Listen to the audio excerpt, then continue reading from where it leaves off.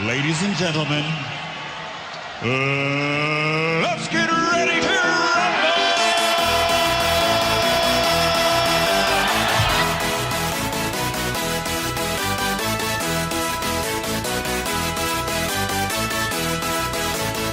Y'all ready for this?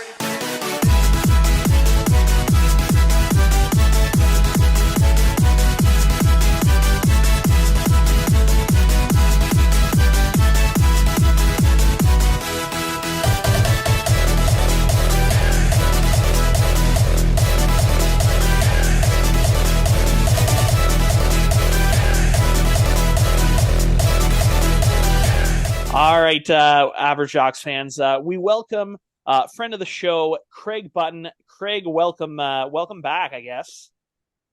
Yeah, we had a nice little visit in Cornwall during the World Junior A Challenge. So happy that you guys invited me back. Had a good time with you guys in Cornwall, and nice little finish. Team USA was pretty strong, but as we get down the stretch here near the trade deadline and into the National Hockey League playoffs, the OHL playoffs, it's a lot of fun time in the season, and it's soon to be March, which means spring can't be that far behind. Always a positive spin with this guy. Yeah, I love him. Yeah, I'm okay with that. I mean, I'm all right with that. So we're going to be right in your wheelhouse this week, Craig. We're going to be talking about, obviously, the trade deadline. This is our pre-trade deadline show. I can't commit to the full 6 hours like you boys do on TSN. But 6? I would be happy to sign up for 6. We started James 8. told me it was just 6. So does that mean you're there before James? Yeah, I'm there before James. We got to prepackage a few things. We got to tape a few things. I mean, we go on the air at 8 a.m. Eastern time. I'll be there at 6:30 doing things, and I'll be there well into the evening. We got to do post-trade deadline. That's hockey. And then guess what? Then we got Connor Bedard hosting the Winnipeg Ice in a CHL on TSN game at 8 o'clock Eastern time. I'll be out of there probably about 11 o'clock Eastern time. So you add up the hours, and I can only tell you this. It's not 6. Yeah. Well, you're James is getting off easy, so I'll have to let him know if you think you got it bad. You talk to Craig. Exactly. I don't have it bad. James doesn't have it bad. We have a lot of fun, but somebody's got to help him with math. Yeah. Well, you know what? I won't be the person. Neither will I. I think I got like a 50 in grade 12 math. So, like I said, we're gonna be right in your wheelhouse. Before we get into any of the trade talk, I just want your opinion on the Keandre Miller unsportsmanlike conduct match penalty against Drew Doughty. I guess there is the school of thought where there's absolutely no way this is accidental, and the side of it where Keandre Miller released a tweet today saying it wasn't accidental, he'd never do anything like that. What's your train of thought? Well, I mean, despite the protestations of Keandre Miller, the video evidence looks pretty damning for Keandre. So, maybe he didn't. Maybe his intention was to fake it, and then the spat came out. Bottom line is that I don't think there's anybody that can look at the video and agree with Keandre Miller. That's the way I would look at it. So, Garnet Hathaway got suspended for 3 games for a very similar act. I don't care how high the emotions are. I don't care how tense the game is. It's an uncouth, rude act. And the bottom line, Keandre Miller is going to pay a price. The Rangers are going to pay a price in his absence.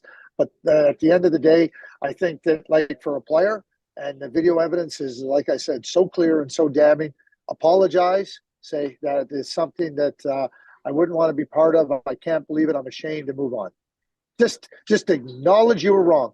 That's what I would suggest to Keandre Miller. Accidental didn't mean, give me a break. You accidentally spit on somebody? Yeah, and I grew up on a farm and hawked a lot of loogies in my life, and and I don't think that it wasn't just like you said, he faked it. Yeah, that was 100% on purpose. Like, there's no denying it, and the fact that he actually is, I'm assuming it's just a PR and a rep thing for him to obviously deny everything. But again, just like you said, just admit to it, get past it, I'm assuming there's going to be some sort of fine, suspension. I'm assuming, depending on what the league wants to do, but there should be a suspension. If the precedent is 3 games for Garnet Hathaway, why shouldn't Keandre Miller get 3 games? The So bottom I line guess is you can deny. The bottom line is for Gunn, just acknowledge you made a mistake. Just acknowledge you made a mistake. It's a better path to go down. so. Just playing devil's advocate, you're saying Garnet Hathaway got 3 games for a similar situation. Where would you rank it from Garnet Hathaway's 3 games to Brad Marchand's fine for licking somebody? I guess, Yeah, to me, that's where there's the gray area. Where is it just the stature of Brad Marchand being a superstar in the league, where he can lick somebody and get a $5,000 fine? The way I would look at it is that I think it was Brad Marchand. It's antics. It's not. It wasn't good antics, as opposed to an uncouth act and a rude act. I think that Brad, was, like I said, I used the word antics because that's what it was all about. He was trying to get people unsettled in his own way. I don't look at it as uncouth. I don't look at it as a scenario that's similar to Garnet Hathaway, or in this case, Keandre Miller. I was in Calgary, and Scotty Nickel, who's just an unbelievable guy, just an unbelievable competitor, got suspended for not spitting at somebody, but in the direction of a linesman. And there was not any video evidence. I totally believed Scotty Nickel. I didn't think that was something he would do, but the league had to listen to their linesman, and so he got suspended for 2 games. And so, your point about licking, and we can say, oh, geez, it's bodily fluids, you're licking and everything. I think the act, I think when you look at what Brad was doing and the way he was carrying on, is a mouthful of spit and projecting it into somebody's face. I mean, personally, I don't think I would want either to ever happen to me. Hopefully I'm not in that situation. I never put myself in a situation where I'm going to be licked or spit on. Yeah. But you know what? Enough of that. We can move on from that, and because there's so much to talk about. I mean, trade deadline's not till Friday, and it already seems like there's a carousel of movement throughout the league. Happens every year.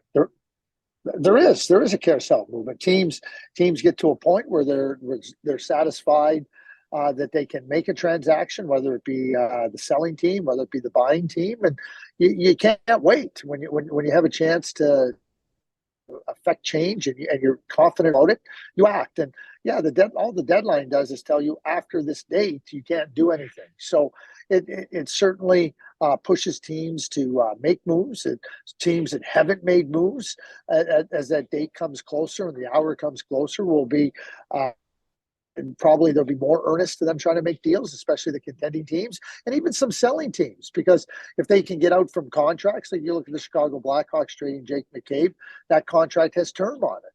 So, you got teams that are looking and going, okay, listen, I can move some term because where our team is at. So the urgency level picks up, and I think that there's no question we'll see some more trades. And it doesn't mean that we get to this point on a Monday, prior to the trade deadline on February 27th, that teams aren't going to act, because they are going to act. And we saw Ron O'Reilly go, we saw Tarasenko go, we saw Tanner Jeannot go, we saw McCabe and Lafferty go now, and there's Orloff and Hathaway, ironically, go. So you look at the scenarios of those teams, they're also trying to better themselves, and so when the right deal comes along, you execute it. That's what happened. It's happened today. It happened on Sunday with the Devils and Timo Meier, and away you go. But there's other moves out there. So before we talk about our hypotheticals and what we think is going to happen on Friday, or I guess leading up to Friday, because it seems to be a pattern now where stuff doesn't wait till the last day anymore and come down to that 3:00 time to run out. we'll kind of dissect a couple of the bigger ones.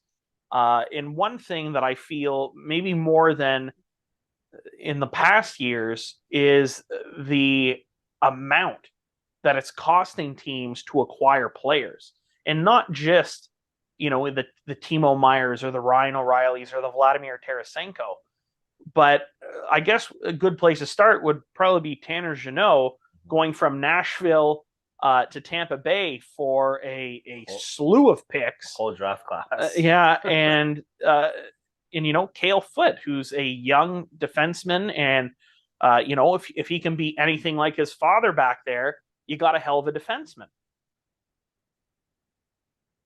Do you think what I would say to you, he's overpay? No, I don't. Because first of all, he's not like his dad, and the Tampa Bay Lightning know Cal Foote as good as anybody. Does that mean he can't go and help a team? No, I'm not saying that at all. But he's not even close to his dad. And when you start to look at overpay, and people want to talk about draft capital and overpay, so one thing and this is a fact. Out of any draft, there's only approximately 40 players around there, could be 42, 43, somewhere around there, that play 350 games or more in the NHL. That very many players that play in the NHL. And remember, that's varying degrees. That's players that were high picks that got opportunity and didn't come to fruition, that didn't reach their potential of what it was projected as. 40 to 42, 43 players. Not very many. Not very many at all. So that's a fact about the draft. So maybe the Tampa Bay Lightning understand what the draft is about better than other people. And so when they traded a first-round draft pick for Barclay Goodrow, I heard the same thing. Oh, my God, I can't believe they're paying a first-round draft pick for Barclay Goodrow. 2 Stanley Cups.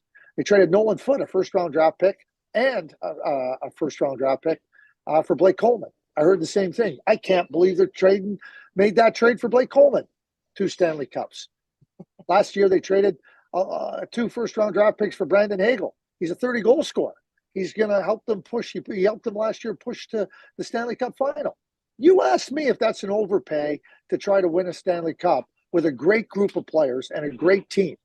It's not an overpay in my view. The price of winning is high. The price of winning is high. And you know what the problem is? Too many people are afraid to pay the price. They all talk about winning, but they're not ready to pay the price. And there's a lot of them out there. But this idea that it's an overpay, no, not buying it one bit. Because the facts are 40 to 42 players play 350 games or more. And yeah, it's different. But Tampa Bay's not trading the top 5. Dennis Gurianov, who was the 12th overall pick, just got traded for Evgeny Dadonov. Vitaly Kravtsov, the 9th overall pick, just got traded for Will Lockwood in a 7th round draft pick. Will was a late round draft pick. That's the 9th and 12th overall picks. You're telling me that, that Tampa Bay trading a player or trading a pick that at best might come and help your team in 4 years' time? No, not an overpay.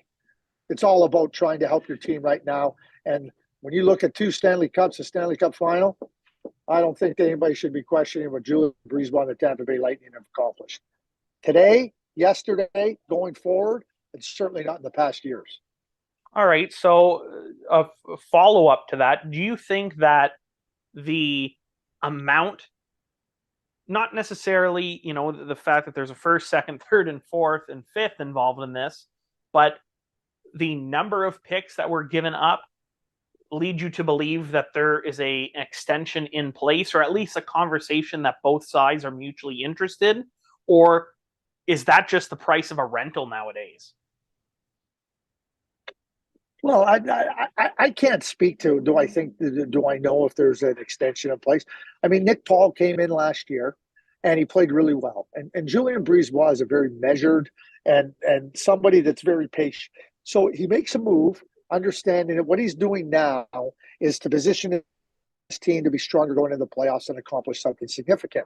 Then player gets a chance to evaluate the team gets a chance to evaluate the player. And in the case of Nick Paul, we have a long-term contract signed there.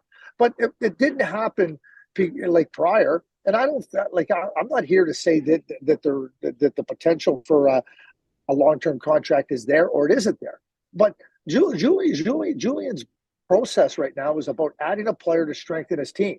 And And like if they go out in the first round in the playoffs and it is good, why would you want to sign it? And then maybe you look at it and go, well, geez, you're expecting a lot more.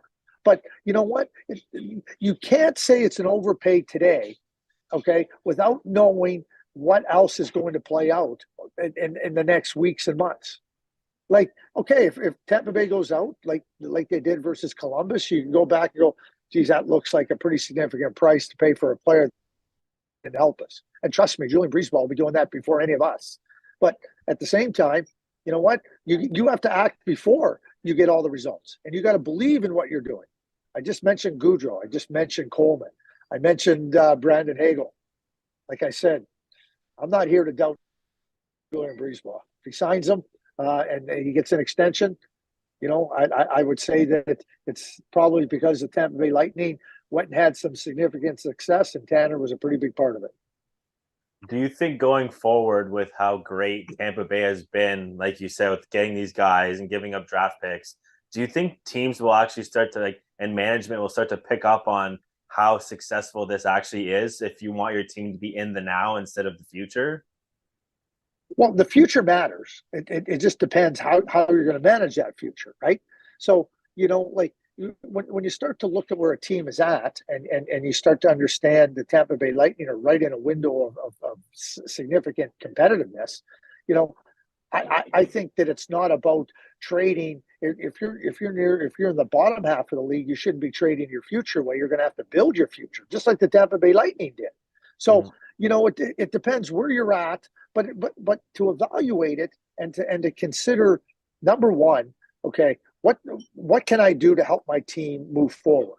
You got a lot of good players there, and they got a lot of players that want to win, and certainly winning is important. But you look at the number of picks and you go, geez, that's it is significant. But at the same time, what's the price of not acting and just hoping that you might win? Like, they're proactive. Do I think that other teams should be looking at some point? Absolutely, I should. Yeah, absolutely, I believe that. And you have to consider it, and you have to look at it, and you have to know the data. 40 to 42 players play 350 games or more in the NHL. I just mentioned the 9th and 12th pick in a draft that just got traded for pennies on the dollar. Pennies on the dollar. And you look at it, and everybody gets high on a draft, and you should. And there's lots of players, like the players come through the draft. I'm not here to say that you shouldn't be, but you got to evaluate where you're at and understand that when you're picking, like where the Tampa Bay Lightning are picking, like they traded that first round pick that turned into Barclay Goodrow. Okay, that pick was Ozzy Weisblatt. Now Ozzy's solid prospect. That's what he is. 32nd pick in the draft. He's a solid prospect. And you know what? If they go and use that first round pick, I don't know. Maybe they use Ozzy. He ain't helping them win this year.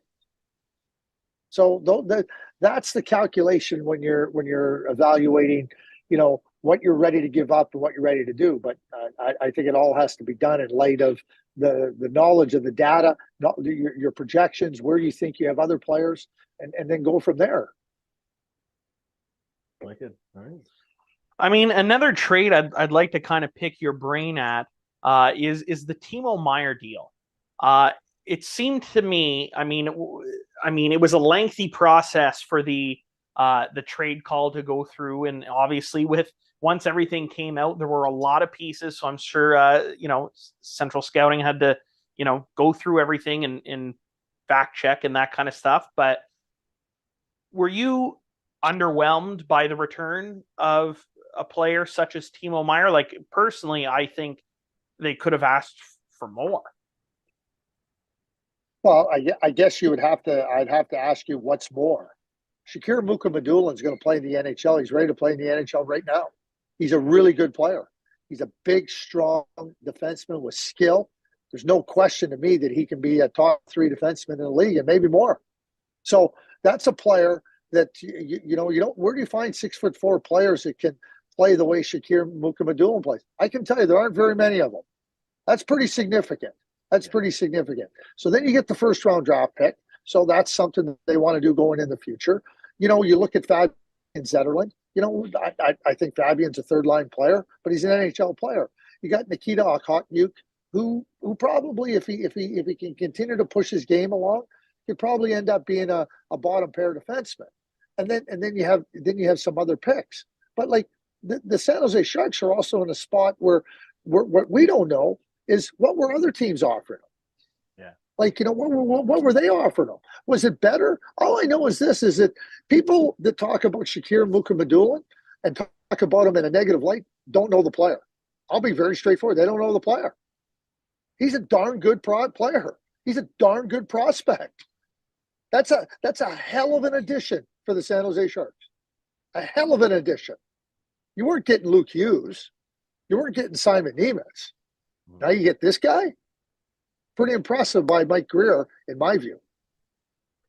Yeah, I guess I was just more expecting, if you're giving up a 30 goal scorer, that they were going to be looking at replacing him with a young forward.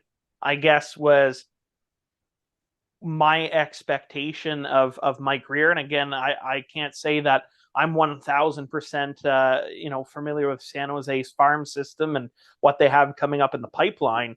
But I guess it left me feeling lukewarm with the return. And again, I'm not even going to try and say Shakir's last name. You've nailed it like 3 times in a sentence. Mukhamadullin. Mukhamadullin. I think we should have a class. Madulin. Yeah. Mukhamadullin. Mukhamadullin. You learned that one. Yeah, I'll get the next one. You'll get the next one. Yeah. All right, Mukhamadullin. Yeah, like I like Zetterlund, sorry, but like you said, he's middle 6 guy at best. I don't know. I was expecting maybe a bigger name or a bigger splash up front to replace a for sure 30 goal scorer. Mm-hmm. We traded. I was in Dallas in 1995, in December of 1995. We traded for Joe Nieuwendyk. And the player we traded from, people said, who? Joe McGinley. Who? Yeah, and they all said, who? There was other teams in the league that thought they made a better offer to the Calgary Flames for Joe Nieuwendyk than we did. Just another example of teams that didn't know the player, and certainly the public didn't. So do you think that Mike Greer saw something in all these young guys and made that trade without hesitation? No, I don't think Mike. Mike doesn't operate like that. He's measured. He's patient. What he saw is I just described Shakir Mukhamadullin as a very unique player. Mm-hmm. Big, strong, with skill, with power, that I see clearly as a top 3 defenseman. Clearly. And he might very well end up being a top pair defenseman if he keeps tracking in that direction. That's how good he is. He's that good. And so, where do you find these defensemen like that? I don't know where you find them. So he gets Zetterlund. He's got a chance at a first-round draft. But this isn't the only move Mike's going to make. He's going to have a first-round draft pick. He's going to make other moves. And again, I qualified it at the beginning. I don't know what other people were offering. I don't know what people were offering. I can go and look at it's been reported that the Vegas Golden Knights were one of the finalists. I know the Vegas Golden Knights prospect list. They don't have a player better than Shakir Mukhamadullin on it. That's fair. I mean, yeah. Hey, can't argue with that. Craig's just spitting facts. Yeah, I mean, you can't argue with that. Yeah. I'm just saying that's my opinion. I'm just telling you what I see. Somebody else can disagree with me. I'm just telling you my perspective. But you know what? I would never disagree with Craig Button when it comes to prospects. Yeah. I feel there is nobody better at prospects and analyzing and watches. I don't think anybody watches more junior hockey than you do. Well, thanks for that. I mean, there's lots of people working at it and doing it, but I appreciate the kind words. But, I always joke. I said, there's only one thing I'm ever certain of is that I'm going to be wrong. and I have been wrong. So, keep that in mind too. I'm still learning that one. My wife tries to drill that one home at all times. I'm still working on that. Yeah, I was just going to say the same thing. My wife says I'm wrong. I can only tell you this. When it comes to my wife, I'm an oafer. I've never been right.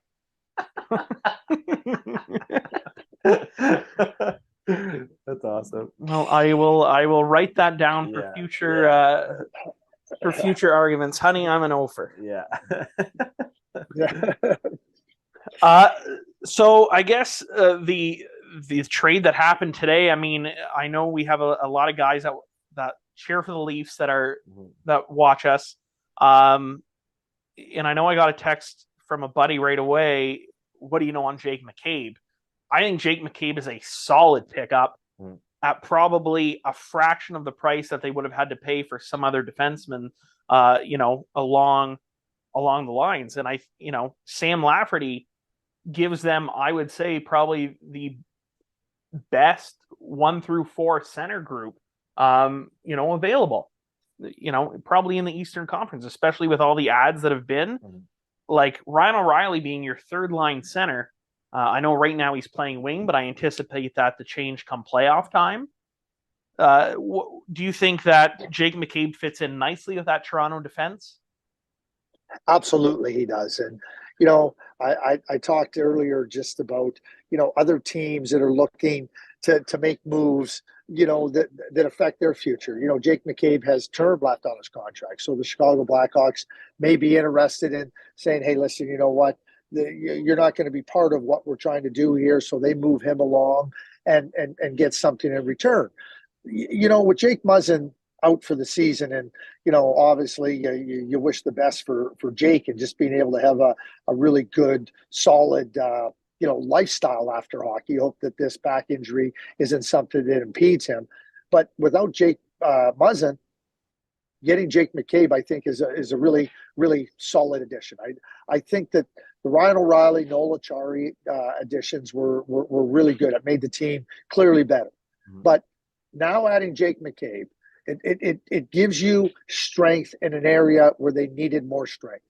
And I think that became essential for Kyle Dubas to be able to execute, and he did. And Sam Lafferty, is a player that plays with a lot of competitive edge, and gives him a little bit of scoring deeper in the lineup. And so when I look at the Toronto Maple Leafs, and I think back to what Morgan Riley said on the Saturday after they acquired Ryan O'Reilly, he was being pressed. Well, how do you feel? Do you really think that this can help your team? And he goes, we're a stronger team today than we were before we made the trade for Ryan O'Reilly and Noel Acciari. And I think it's the same thing today. The Toronto Maple Leafs are a stronger team after making the trade for Jake McCabe and Sam Lafferty. That's a general manager's job, is to make your team not only good, but like you're looking around you. You're playing Tampa Bay in the first round of the playoffs. How can you get your team into a position where they're stronger? The margins are real thin here. They went to Game 7 last year, and the margins were real thin, a 2-1 game. And now you're trying to find a way to be on the right side of it. The Tampa Bay Lightning are trying to find a way to get on the right side of it. But that's the exercise at play here. And to me, Kyle Dubas has clearly made his team stronger. And with the hope that, it pushes them further along the path to not only beat the Tampa Bay Lightning, but to win a first-round series, which has got to be the first thing before you even can start to consider a Stanley Cup. Well, let's hope this McCabe defenseman does a little bit better than the last McCabe defenseman that suited up for the Leafs and get them to the second round.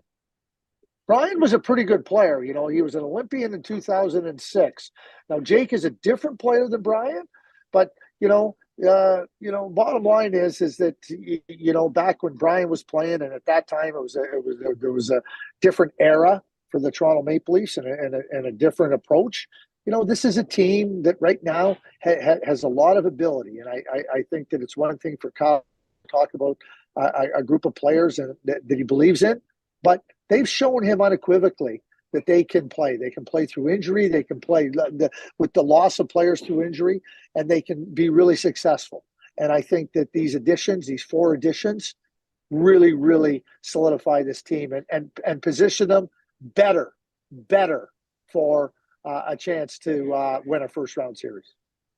Yeah, and I noticed too, one of the years where the Leafs had obviously not teams like this on paper, McCabe being a great addition. I find this year, I think you can actually say the Leafs might be a good team. I mean, obviously they're great, but I always noticed that throughout the years they would never try and get something to bulk up their team, and this year they're actually doing it.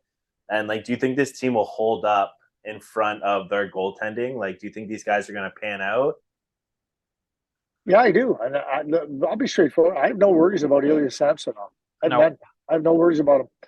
I watched what Jordan Binnington did. I think that Ilya is a really good goaltender, and I think that the way they played defense this year, in the absence of some of those defense injuries, I think they've really become a better, more disciplined defensive team. And with Ryan O'Reilly there, and Noel Achari, and Jake McCabe, and Sam Lafferty, and everybody now that has a little bit less pressure on them to do more. And it's the pressure, as you're going through a playoff series and you're into tense parts of a game and a series, there's that tendency to want to do more. Well, why does that happen? It happens because you have a great determination, you have a great competitive spirit, and you want to be the difference maker. But sometimes more isn't better. And sometimes by trying to do more, you end up creating problems. I think Kyle, by what he's done with his group, has allowed everybody just play to your abilities. Just go and do what you do. We got enough here. We got enough players that can contribute in different parts of the game, important parts of the game. And now let's feel good about it. Everybody starts to feel comfortable with one another. So when the playoffs begin in April, this team is firing on all cylinders. Because really, since O'Reilly showed up, like, not that you haven't heard about Matthews and Marner and stuff, but like you said, it's kind of taken that weight off their shoulders, where it's not like, oh, Matthews and this, Marner this, Nylander, now it's even like, you even hear a lot, like you said, like Achari. It's like, to me, it's nice to see those young guys get a bit of a weight taken off their shoulders and just play their game and don't have to worry about that much pressure. Yeah, it's essential. You just do what you're capable of doing. I'm not going to ask you to do more, but don't give me less. Yeah. I'm not going to ask you to do more than you're capable of, but don't give me less. So here's the first hypothetical I have for you, Craig. So you guys aren't going to see his facial expression because I was talking when he did it, but it was a great facial expression. So the Leafs have addressed their need for a little more grit up front. They've addressed kind of shoring up, another able body on the blue line. Does the fact that Matt Murray seems to get hurt whenever there's a strong wind in his direction concern? What's so funny about that? Just laughing. Does that concern you at all that maybe in the playoffs, like let's say Samsonov go down, the next man up is Eric Shalgren or Joseph Woll? Like, if you were Kyle Dubas, would you be maybe looking at the goaltending market to try and shore up another person that, just in case, just because there's so many of these guys that are on, like O'Reilly's done at the end of the year. Is he going to take a pay cut to stay in Toronto? Like, you have the pieces right now to win. I can't speak for Ryan O'Reilly. Yeah.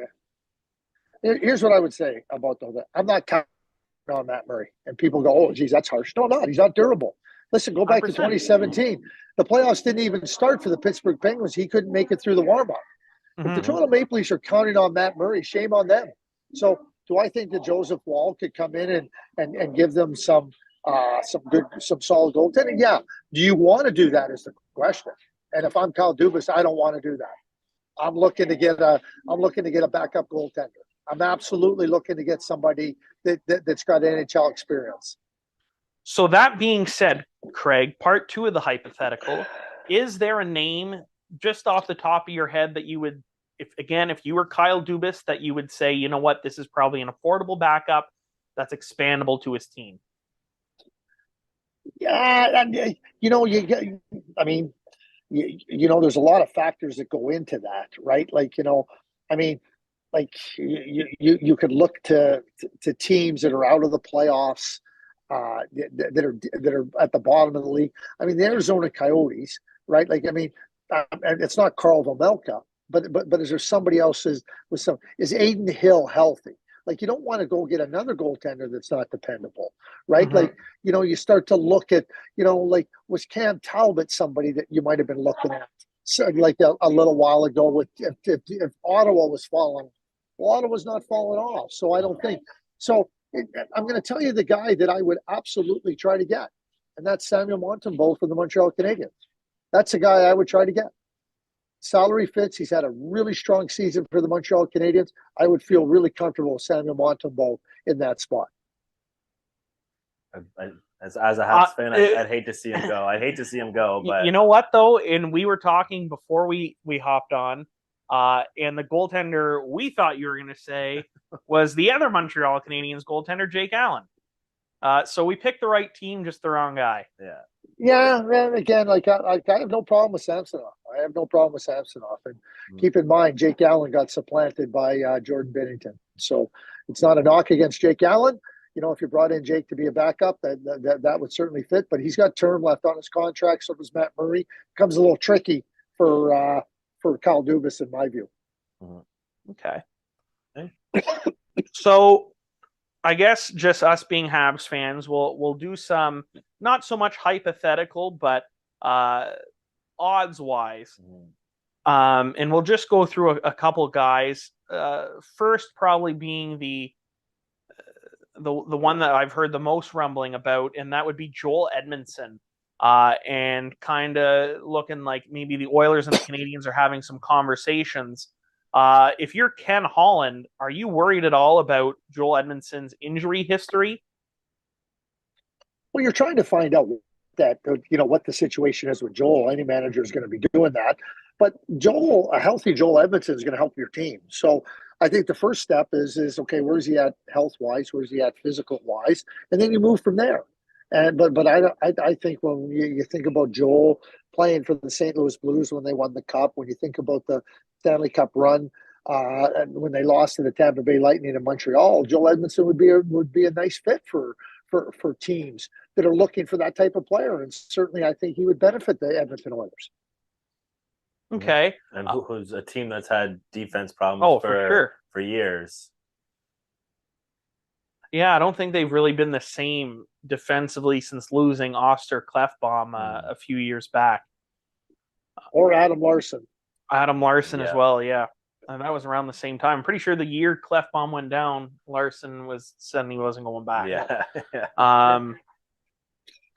I guess another player Habs fans have kind of mentioned wanting to see Kent Hughes or Jeff Gordon move on from would be Jonathan Drouin. He's playing decent hockey, still no goals on the season. Can you see any team taking a flyer on him before the Friday deadline? Yeah, I could. I could see somebody taking a flyer on him. I think it's one of those deals that, comes with low risk. I don't think the price would be very high at all. And, a team just I will say this. It might be just to have Jonathan as a depth player. It might not even be to have him playing. Mm-hmm. That's the reality. So you'd be talking to the agent and telling them, here's why we're acquiring him. You know what? If this is going to be just a situation where he's not going to be happy, then we're not interested. That's what I'd be doing as a manager. Fair enough. I mean, yeah, other than an assist a game, like you said, he's not producing the way he should be anyways. But do you think that the market is any better for Mike Hoffman? Yeah, I think Mike Hoffman. The problem with Mike, and it's not a problem per se, it's a problem because he's got term left on his contract at a pretty significant dollar. It's hard to fit the players in at this point in time with so little cap room. Like if Mike had an expiring contract and he could work it in a different way to have the Montreal Canadiens absorb a little bit of salary, yeah, you can make a deal, and that's not to say it's prohibitive, but it's just another factor that comes into play. Mm-hmm. Okay, well, that answers my Habs. Anybody you want to throw at him? I mean, everyone they're saying Savard, but I just don't think the Habs get rid of Savard. I just don't think so. I think they keep him. I don't. Again, I've heard. Again, you read what you want on Twitter. I guess you can only believe so much unless it's coming from the guys from TSN. So, really, a Savard trade I don't think will happen. But $3.5 million is contract's manageable. I'd darn well be interested in David Savard. And that's the thing. I wouldn't rule out the Tampa Bay Lightning either. You think they take a shot back at him? Yeah. I don't know. I don't operate in that space. I said it wouldn't surprise me. He was just throwing something. No, yeah, like yeah. If it happens, though, you look like a genius. Yeah. Yeah, I don't know. Like I can speculate on a lot of things. I try to look where players would be a good fit, Yeah. and what a team could use. And I think that David Savard at $3.5 million would fit on any number of teams. And I certainly believe that Tampa Bay, him having gone through there, them knowing him, if they could make it work, I think he would be a nice fit there. Now, they may not want it to work. They may not be interested in it. I'm just telling you how I looked at it. Yeah. So I guess moving on, we'll wrap up with the last Canadian East team, the Ottawa Senators. Obviously, I mean, at the time that we're recording this, they're spanking. The last time we seen was, I think, 5-2 over Detroit in the third. Do you think that? Well, obviously, I think Pierre Dorian's going to make a move, but do you think it's going to be more depth guys, or do you think he goes and tries to make a big splash at the deadline? Yeah, like I'm not here to like. For me, big splash isn't what matters. Mhm. Right splash. Give me the right splash. You know what? Like the Ottawa Senators find themselves in a spot now where a month ago nobody would have even said playoff contender. You got games in hand. You know they're now beating Detroit, who they're going to have to compete for one of those last wild card spots for. So if not now, when? You're going to wait again until next fall? You're going to try to win the summer signing thing and win it. You don't win Stanley Cups in July. And so, like, it was nice what Pierre did last year with the Brincat and Giroux coming here, and they played well. He needs a defenseman. He needs a defenseman. Mm-hmm. That's what he needs. And if he doesn't get one, their chances are diminished. And again, what are you going to keep waiting for in Ottawa? You're going to keep waiting for next year, next spring, next fall? No. If not now, when? Yeah. To me, they need to act. I think the two teams in Canada that need to act are Edmonton and Ottawa. Edmonton for a very different reason than Ottawa, but no less significant. Do you think that, just again, bringing up the right fit, do you think that Ottawa would be interested in a player like David Savard, or are they looking for a different type of defenseman? Yeah, like it's all in context of what you're trying to do with your blue line. And like David Savard's a right shot, heavy, body weight, hard, and he brings something to you that, like, to me, that's really important. There's a measure of really dialed in competitive discipline, which is what the playoffs are about, which is what playoff runs are about. You got a lot of young players there. You don't think Jake Sanderson's not going to benefit from being around that? Thomas Chabot, some of the other players. You're trying to reinforce it. So, yeah, he would be, for me, a really strong fit in there. Well, we can move on to Western Canada, and I guess we'll start with the buyers. I mean, well, I can only tell you this. Okay, I'm going to have a flight taken off here in a little while, so I will hurry up. We will blast through. Winnipeg Jets, do you think they're done after adding Nito Niederreiter? Well, it's one important step, especially with the injury to Perfetti. But I think that right now they got to get their team a little bit settled. They struggled to score. Their defense is still solid. Their goaltending is very, very strong. And I think that they got to find a way to get their offense going again. I think Niederreiter really helps it. If they could find another forward that can help the scoring, I think that Niederreiter, to me, replaces Perfetti. I think they need another forward. All right. Calgary, we won't talk about a player, but do you think they're in sell mode?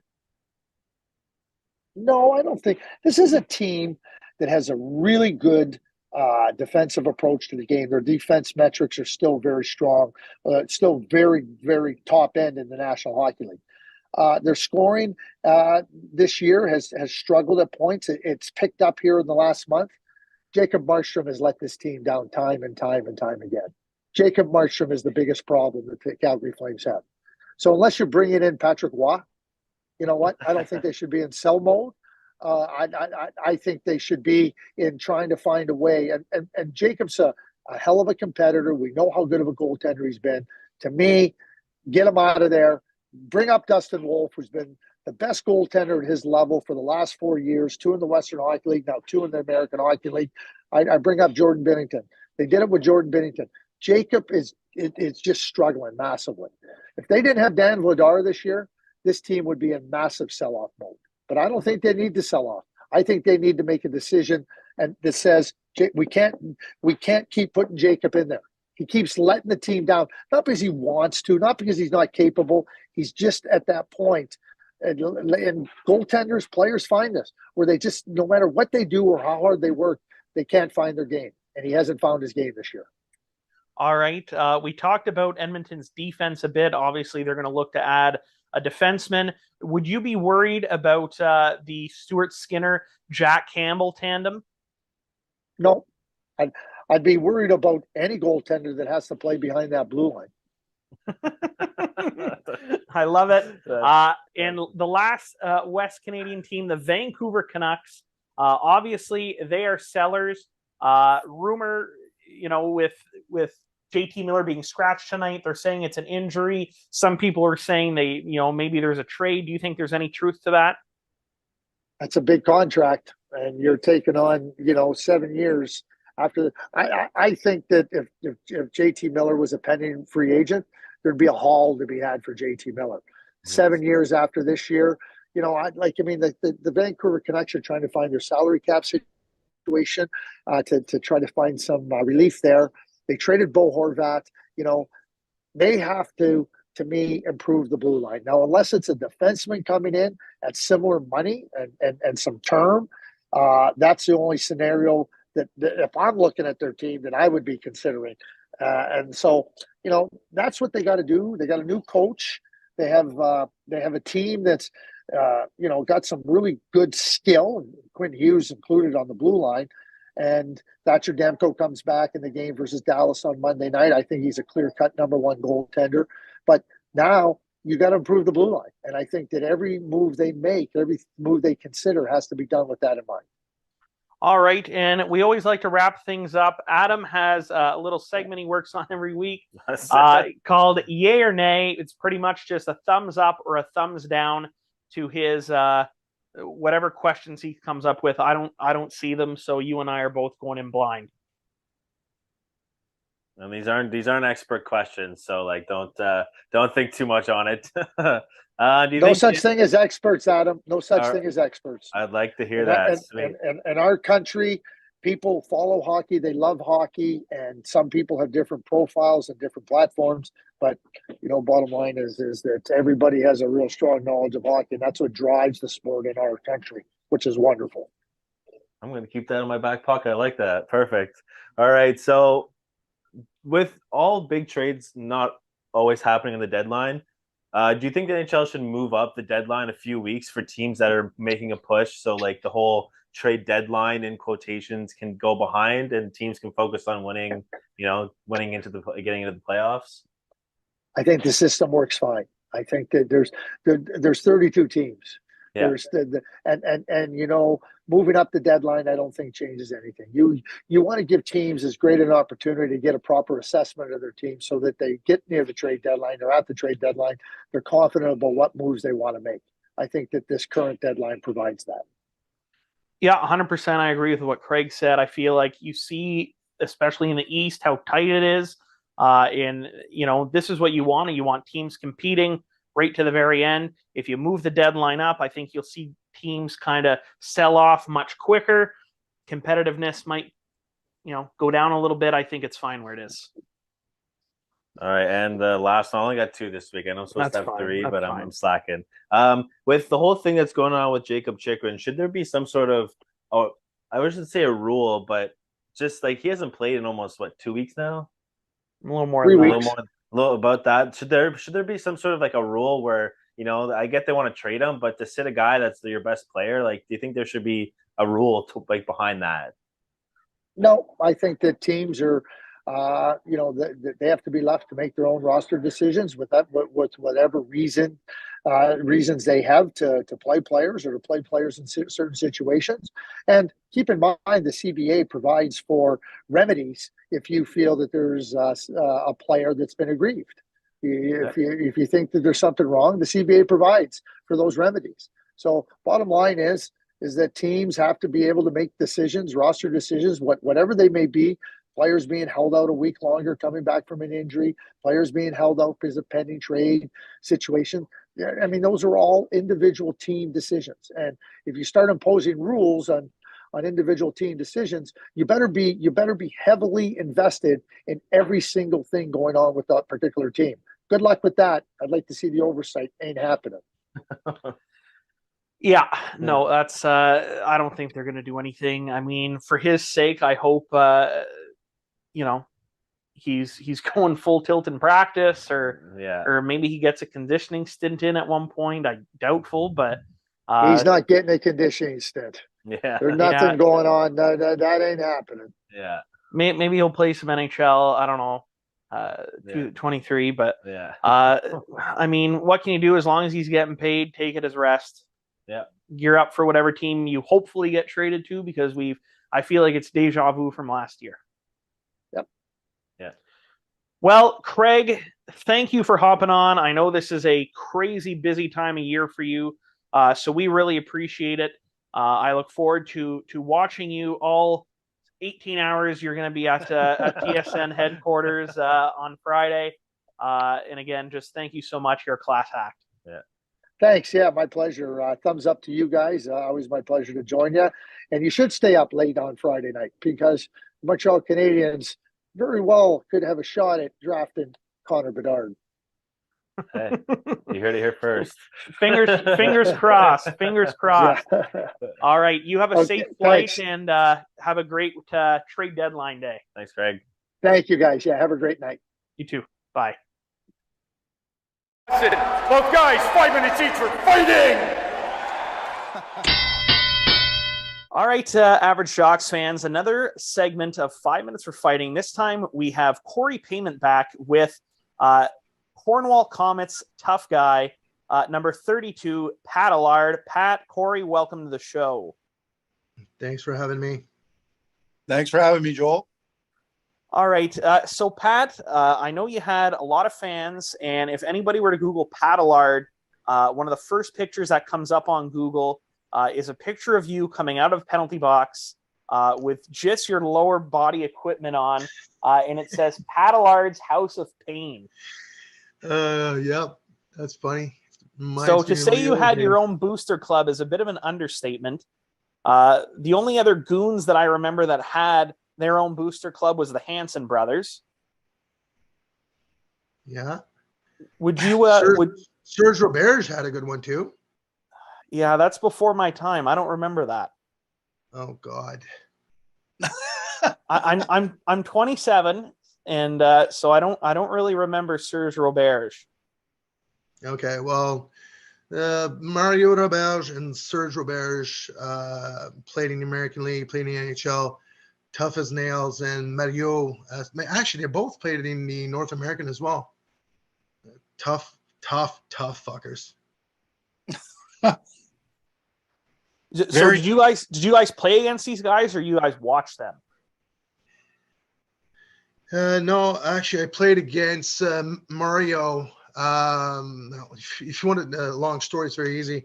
When I went to the a Montreal Canadiens pre-camp, I did it with the Mario Roberge. So he took care of me while I was there. Then I did the big camp, and then I got cut like two games after getting my fucking ass kicked by Ian Sorokin. Holy fuck, that hurt.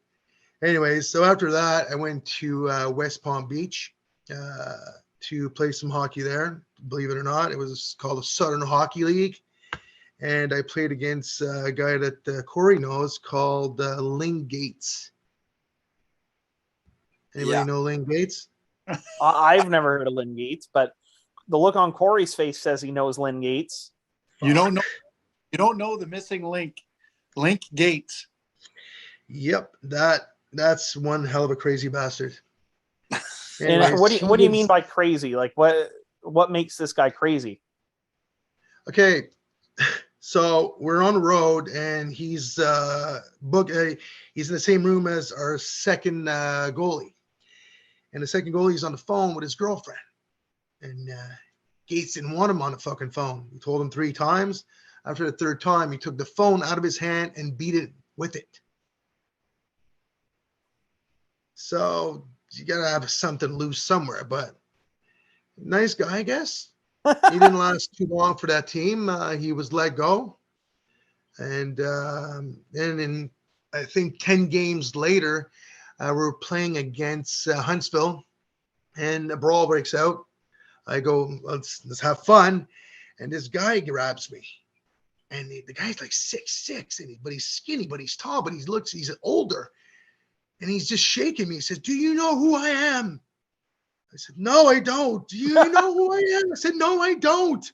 And Dave Pierto, the D, comes and grabs him. He says, "Cooker, let him go." I'm like, Cooker? Remember that guy that fought Bob Probert for Vancouver? Toe to toe? That was him. That was Bob Probert grabbed you.